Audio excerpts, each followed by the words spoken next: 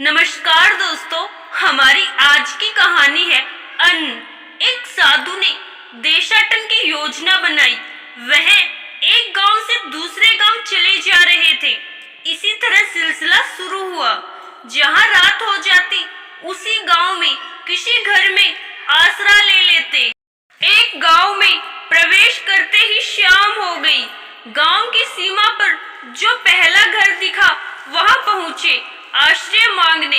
घर बड़ा था और उस घर में बस 2 जन रहते थे। घर के मालिक ने साधु को रात बिताने की अनुमति दे दी। गृह स्वामी ने साधु को भोजन के लिए भी कहा। वैसे तो साधु स्वयं पकाकर ही खाते थे, लेकिन उस दिन उन्होंने उसके घर का भोजन स्वीकार कर लिया और फिर बरामदे में पड़ी खाट पर लेट गए। घर के अहाते में गृह स्वामी का सुंदर हष्ट-पुष्ट घोड़ा भी बंधा था। साधु उसे निहारने लगे। साधु के मन में विचार आया, यदि यह घोड़ा मेरा हो जाए तो देशाटन कितना सरल हो जाता। एक दिन मैं कई गांव सरलता से घूम लेता। इन्हीं विचारों में डूबे थे उन्होंने तय किया कि जैसे गृह स्वामी सो जाता है, मैं आधी रात को घोड़ा लेकर चुपके से निकल लूंगा। जैसा सोचा वैसा ही किया भी। साधु वह घोड़ा ले उड़ा। गांव से काफी आगे निकल जाने पर साधु ने पेड़ से घोड़ा बांधा और फिर सो गया। प्रातः उठकर उसने नित्य क्रम निपटाया और वापस घोड़े के पास आया तो फिर उसे रात की बातें याद आने लगी। उन्हें पछतावा हुआ, अरे मैंने यह क्या किया। एक साधु होकर मैंने चोरी की। यह कुबुद्धि मुझे क्यों सूझी।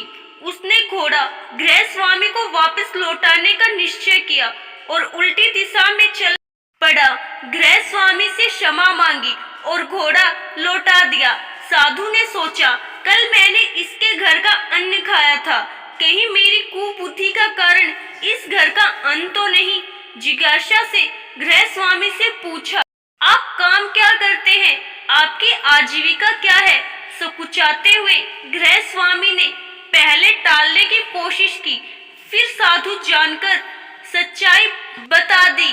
वह बोला, महात्मा जी, मैं चोर हूँ और चोरी करके अपना जीवन यापन करता हूँ।